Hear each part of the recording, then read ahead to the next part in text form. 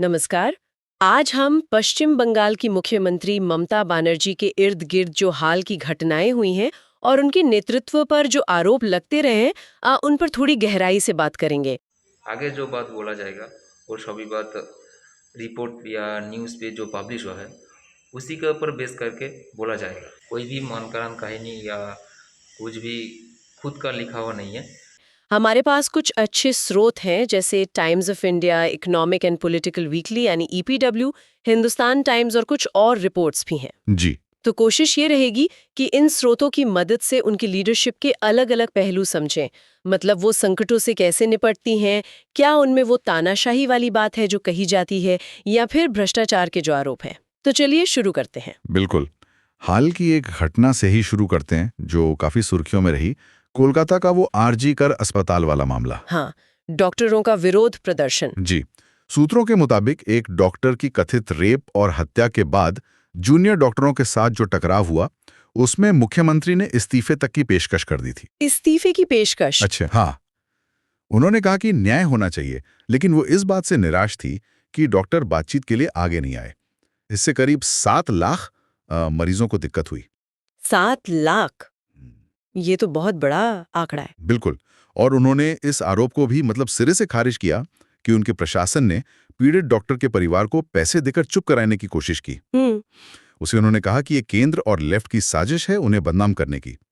मामला इतना गंभीर था कि सुप्रीम कोर्ट ने सीबीआई जांच के आदेश दिए हैं। अच्छा, सीबीआई जांच। तो ये तो हाल की बात हुई, लेकिन ये मामला उनके नेतृत्व पर जो पहले से सवाल उठते रहे हैं उनसे भी जुड़ता है ना?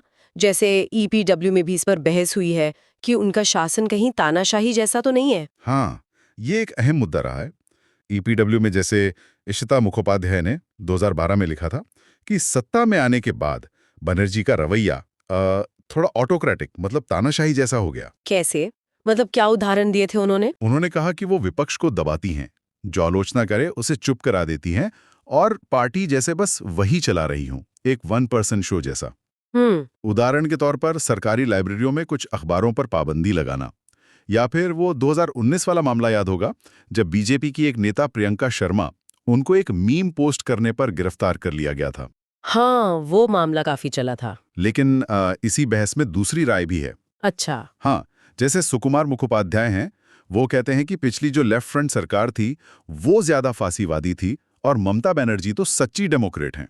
बिल्कुल उलट नजरिया। जी।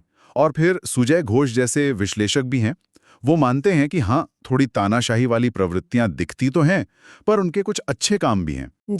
जैसे वो जंगल महल वाले इलाके में शांति कायम करना, या फिर पब्लिक डिस्ट्रीब्यूशन सिस्टम पीडीएस जो राशन व्यवस्था है उसमें सुधार लाना। तो मतलब ईपीडब्ल्यू के लिखों में भी एक राय नहीं है, कोई तानाशाही बता रहा, कोई लोकतंत्रवादी, कोई बीच का रास्ता निकाल रहा। बिल्कुल, तस्वीर काफी मिली-जुली है। और हाल में एक और खबर आई थी, हिंदुस्तान टाइम्स की रिपोर्ट थी शायद, कि विपक्ष के नेता सुवेंदु अधिकारी ने उन पर धमकी देने का आरोप लगाया है। जी हाँ, ये भी एक मामला सामने आया। आरोप ये है कि मुख्यमंत्री ने कथित तौर पर यह कहा कि अगर उनके 4 विधायक गिरफ्तार होते हैं तो वो विपक्ष के 8 लोगों को हत्या के केस में अंदर करवा देंगी। ये तो सीधा सीधा धमकी का आरोप है। और इसकी शिकायत भी दर्ज हुई है। तो एक तरफ ये व्यक्तिगत आरोप हैं धमकियों वाले, और दूसरी तरफ वो बड़े प्रणालीगत भ्रष्टाचार के मामले जिनका जिक्र अक्सर होता है। वो क्या है? सारदा, नारदा। हाँ, वो मामले भी बहुत गंभीर हैं और लगातार चर्चा में रहते हैं। सूत्रों के मुताबिक कई बड़े घोटाले हैं जिनमें टीएमसी नेताओं के नाम आए हैं। जैसे सारदा चिटफंड स्कैम, अंदाजा है कि कोई 2,500 करोड़ का घोटाला था वो। छोटे निवेशकों का पैसा था उसमें शायद। जी हाँ, बिल्कुल। फिर वो नारदा स्टिंग ऑपरेशन था जिसमें कैमरे पर ही नेता कथित तौर पर पैसे लेते दिखे थे काम करवाने के बदले। इसके अलावा कोयला तस्करी घोटाला, जिसका आकार तो 30,000 करोड़ से भी ज्यादा का बताया जाता है सूत्रों में, और शिक्षक भर्ती घोटाला, वो भी कोई 300 करोड़ से ऊपर का। बाप रे, ये तो बहुत बड़ी रकमें हैं। बिल्कुल। और इनमें हमके करीबी लोग जैसे अनुब्रत मंडल, पार्थ चटर्जी, ये सब गिरफ्तार भी हुए हैं। यहाँ तक कि उनके भतीजे अभिषेक बैनर्जी, वो भी जांच के दायरे में हैं। सीबीआई और ईडी दोनों एजेंसियां जांच कर रही हैं। लेकिन ये बताना भी जरूरी है, जैसा आपने कहा कि जांच चल रही है, लेकिन सीधे ममता बनर्जी पर सूत्रों के अनुसार अब तक ना तो कोई आरोप तय हुआ है, नहीं कोई सजा हुई है इन मामलों में। सही कहा। ये एक महत्वपूर्ण पहलू है। जांचें होती हैं, करीबी लोग घेरे में आते हैं, लेकिन उन तक आंच पहुंचती नहीं दिखती, कम से कम कानूनी तौर पर।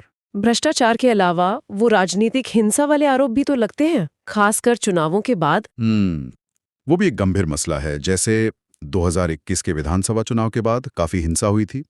बीजेपी ने दावा किया था कि उनके 50 से ज्यादा कार्यकर्ता मारे गए। हम्म। फिर वो बीरभूम वाला कांड हुआ था, जहां 8 लोगों को कथित तौर पे जिंदा जला दिया गया था। आरोप लगते हैं कि वो विपक्ष पर हमलों को बढ़ावा देती हैं, पुलिस का गलत इस्तेमाल करती हैं।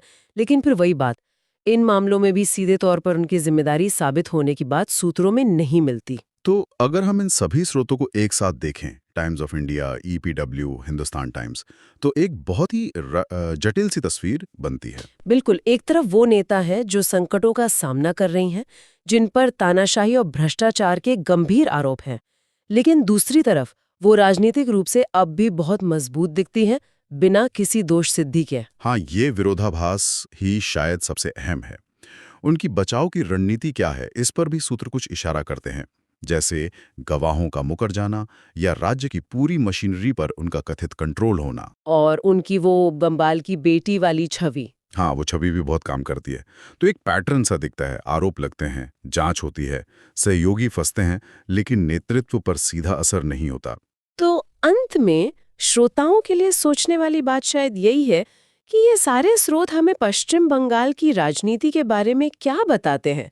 सत्ता की प्रकृति, जवाबदेही की सीमाओं और ये जो अलग-अलग कहानियां चल रही हैं, उनके बीच सच को ढूंढना कितना मुश्किल है। बिल्कुल, ये सवाल वाकई सोचने पे मजबूर करते हैं कि इस जटिल खेल में असलियत क्या है। आप लोगों का क्या राय है ये सभी बात पे, और क्या ओपिनियन है, सभी लिखना कमेंट पे बोलना।